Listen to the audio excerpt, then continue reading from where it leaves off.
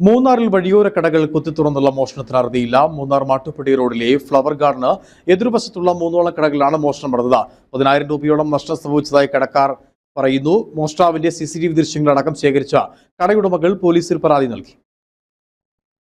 കഴിഞ്ഞ ദിവസം പുലർച്ചെ 1 മണിക്ക് ശേഷമാണ് മൂന്നാർ മാട്ടുപ്പെട്ടി റോഡിലെ ഫ്ലവർ ഗാർഡന് എതിർവശത്തുള്ള കടകളിൽ മോഷണം നടന്നത്. മൂന്നോളം വഴിയോര കടകളിൽ നിന്നായി ചോക്ലേറ്റും കരിക്കും പണവും അടക്കമുള്ള സാധനങ്ങളാണ് മോഷണം പോയത്.